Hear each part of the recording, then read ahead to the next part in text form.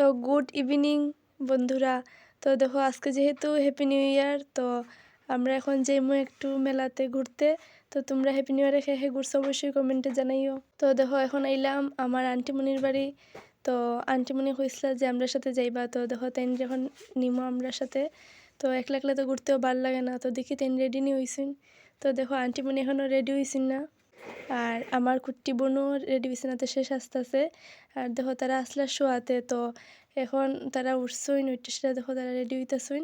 তো রেডি হইলে কিন্তু আমরা একসাথে সবাই যাইমু গিয়া। তো দেখো এখন আমরা কিন্তু রেডি হয়ে ফাইনালি গাড়িতে উঠতে গেছি। তো দেখো এখন আইসি রাস্তার মধ্যে, আমার বর এখানে ড্রাইভ করতেছে। তো দেখো রাত্রে কিন্তু খুব ভালো লাগে কোনোখানে ঘুরাইতে গেলে, দিনের থেকে কিন্তু রাত্রে বেশি মজা লাগে। আর এখানে যে ঠান্ডা পড়ছে, মানে এটা হওয়ার মতো না, অনেক ঠান্ডা। তো ঠান্ডার মধ্যেও কিন্তু আমরা আজকে একটু সময় হইরা বাইরেছি, যেহেতু হ্যাপি নিউ ইয়ার দিন কিন্তু একটু বাইরে অনেক মজা লাগে, ভাল লাগে। তো দেখো এখন কিন্তু গাড়ির থেকে নেমে গেলাম, আর এখন কিন্তু ফাইনালি মেলার কাছে আই পড়ছি। তো এখানে দেখো টাউনের মধ্যে আমরা আই পড়লাম, আর এত জাম, এত গাড়ি, এত ভিড়, মানে হাইটটা যাওয়াই দায়, মানে খুব কষ্ট হইরা কিন্তু সবার ভিড় সামলে কিন্তু আমরা আই পড়ছি। তো দেখো ফাইনালি মেলাতে আই পড়লাম, আর মেলাতেও কিন্তু এত ভিড়। তো দেখো খুব কিন্তু ভাল লাগে লাইটিং উইটিং, তো প্রচণ্ড ভিড়।